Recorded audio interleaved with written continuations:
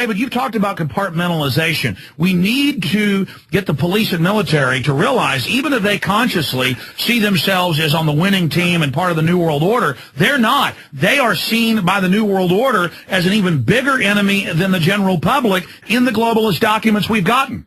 This is a point I think is very important to stress to those in uniform and to those in the dark suits in government who are serving this system while not actually instigating it, they're serving it. You have no power. I don't care if you're in the military. I don't care if you've got how many kind of stars on your uniform. I don't care what level of the police force you're in. I don't care if you're doing roadblocks. I don't care if you're pulling people off the street. I don't care what you're doing. You have no power. Your uniform has the power. Take your uniform off, okay? Put it in the wardrobe. Where's your power? Go and get another job. Without that uniform, where's your power? You have no power. You are employed to animate that uniform, which is an extension of the state, and that's all you are, and therefore you are expendable. While you give your soul away, while you give your mind away, while you give your morals and decency away, advancing this fascist dictatorship, you will be okay with the fascists that you're serving. But your children and your grandchildren have to live in the world you are creating.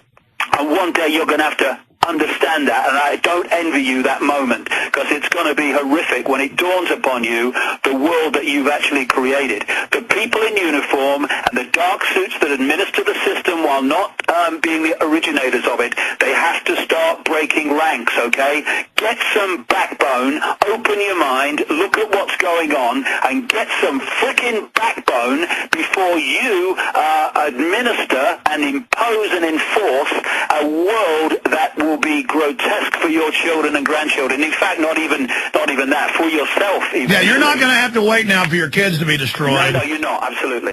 Are we going to draw the line now, Alex, and take the challenges and sacrifices that takes to say here and no further, or are we going to wait a bit longer until they get more and more control and try to do it then, and when this agenda is further down the road than it is now? All right, then a bit further, but when are we actually going to say enough, you know? Because, you know, it's like that famous phrase by the Christian pastor after Nazi Germany. First they came for the Jews, and I was not a Jew, so I did nothing. Then they came for the trade unionists, I was not a trade unionist, so I did nothing. Then they came for the communists, I was not a communist, so I did nothing.